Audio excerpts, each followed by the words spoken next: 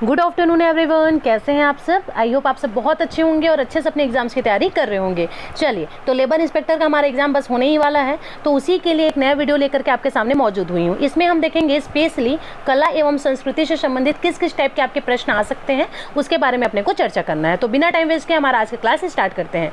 सबसे पहला क्वेश्चन आपके सामने है, क्या बोल रहे हैं आप खुद रीड कीजिए और आंसर अपना करते जाइए कि आपको क्या क्या चीज़ें पता है और कितनी चीज़ें आपकी आती हैं। पहला प्रश्न बोल रहा है जो कि आपके एग्जाम में ऑलरेडी आ रखा है, भारतीय संस्कृति के अंतर्गत रीत का अर्थ क्या होता है। तो भारतीय संस्कृति के अंतर्गत रीत का अर्थ देखो, एक तो होता है मौसम, ठीक है, ऋतु, रीत से बना हुआ है ऋतु, ठीक है, तो ये याद रखेंगे। तो यहीं से आप आंसर ले सकते हैं, प्राकृतिक नियमों को ही क्या कहा जाता है, रीत कहा जाता है। क्या कहा जाता है, रीत कहा जाता है। दूसरा बोल रहा है तमसो मां ज्योतिर्गमय कथन मूलतः किससे लिया गया है। तो आपको ध्यान रखना है बेटा, तमसो मां ज्योतिर्गमय यह जो कथन है यह आपके उपनिषदों से लिया गया है, ठीक है। चलिए नेक्स्ट क्वेश्चन देखते हैं। क्वेश्चन नंबर 3 है, प्रसिद्ध सूफी संत मोइनुद्दीन चिश्ती भारत कब आए थे। तो ये आए थे आपके 12वीं सदी में, और ये 12वीं सदी में किसके साथ आए थे ये आपको मेरे को कमेंट करके बताना है, ठीक है। यूट्यूब में कमेंट करके आप बताएंगे कि जो मोइनुद्दीन चिश्ती हैं ये 12वीं सदी में आए थे, मैंने ये बता दिया आपको, लेकिन 12वीं सदी में किसके साथ आए थे भारत, ये आपको कमेंट करके बताना है, ठीक है।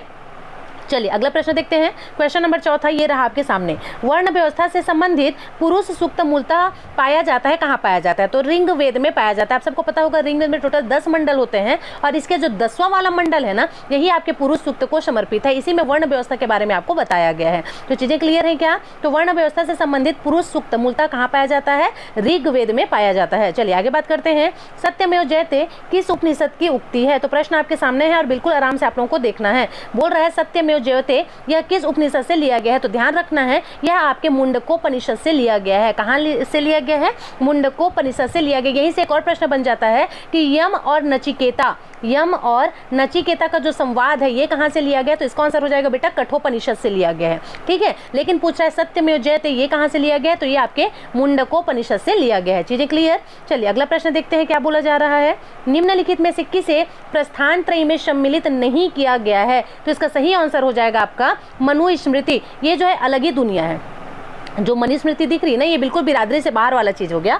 तो मनुस्मृति इसमें इसको प्रस्थान त्रय में सम्मिलित नहीं किया गया है। तो नहीं किया गया, वहां पर तो कुछ भी ऑप्शन में ले सकता है। किसको किसको सम्मिलित किया गया ये आप देखिए। तो एक तो उपनिषद आता है प्रस्थान त्रय में, ब्रह्मसूत्र भी आता है और गीता भी आता है। तो गीता हो गया, ब्रह्मसूत्र हो गया और उपनिषद हो गया, ये तीनों ही आपके प्रस्थान त्रय में आते हैं, लेकिन मनुस्मृति नहीं आएगा। चीजें क्लियर। चलिए उपनिषद का मुख्य विषय क्या होता है। तो आप सभी को पता होना चाहिए जो उपनिषद है एक्चुअली में ये दर्शन शास्त्र का विषय है। इसमें दर्शन के बारे में बताया गया है। अब ये दर्शन क्या होता है, तो बहुत सारे लोगों को ये भी नहीं पता कि दर्शन का मतलब क्या होता है। दर्शन का मतलब बहुत सारे लोग ये मानते हैं कि जब हम मंदिर जाते हैं भगवान का दर्शन करते हैं वही दर्शन हो जाता है। जी नहीं, दर्शन 2 प्रकार का होता है। कैसे, तो एक होता है आपका दर्शन और एक होता है आपका देखना। तो इन दोनों में क्या अंतर है मैडम, अब आप ये पूछ देंगे तो मैं आपको एक छोटा सा एग्जाम्पल देकर के बताती हूँ कि जैसे आप मान लीजिए मंदिर गए हैं, है ना मंदिर गए हैं, तो मंदिर में अगर आप गए तो आप वहां से जब बाहर निकलेंगे और कोई मिल गया आपको, बोलेगा भाई कहाँ गया था, तो आप बोलेंगे मंदिर गया था यार भगवान के दर्शन करने। आप कभी ये बोलोगे क्या कि मैं मंदिर गया था भगवान को देखने के लिए, नहीं बोल सकते ना।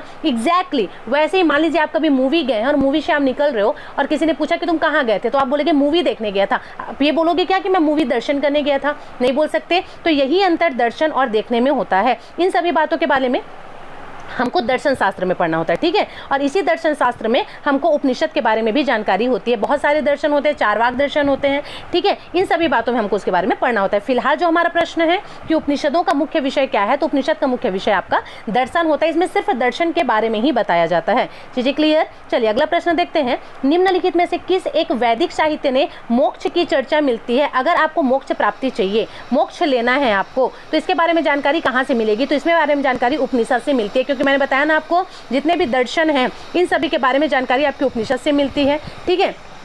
जितने भी आपकी सोच है, देखो फिलोसोफर क्या होता है, फिलोसोफर वो नहीं होता है जो किसी एक सब्जेक्ट पर लंबे से सर्च करे तब तक जब तक कि उसका एग्जाम क्लियर हो जाए, ये नहीं। हर बंदे के अंदर एक ना एक फिलोसोफर दर्शन शास्त्री छिपा ही हुआ होता है, ठीक है। लेकिन अगर आप मोक्ष की प्राप्ति चाहते हैं तब अगर आप उपनिषद स्टडी करते हैं कि क्या क्या चीजें होती है और कैसे कैसे, तो आपका जीवन जीने का जो नजरिया है ना वो चेंज हो जाएगा। कहने का मतलब एकदम सिंपल सा है कि कौन सा वह वैदिक साहित्य है जिसमें मोक्ष की चर्चा मिलती है, तो उपनिषद में आपको यह बताया जाएगा कि आपको क्या करना चाहिए क्या नहीं करना चाहिए, आपकी सोच कैसी है, पूरा मतलब आपका ब्रेन वॉश हो जाएगा अगर सही तरीके से आप उपनिषद पढ़ लेते हैं, या ये बोलूं कि सही तरीके से आप दर्शन शास्त्र पढ़ लेते हैं और मस्त बेहतरीन टीचर अगर आपको मिल गया तो मान के चलिए आपके जीवन को जीने की और जीवन को देखने की दोनों ही जो नजरिए है ना पूरी तरीके से बदल जाएगी।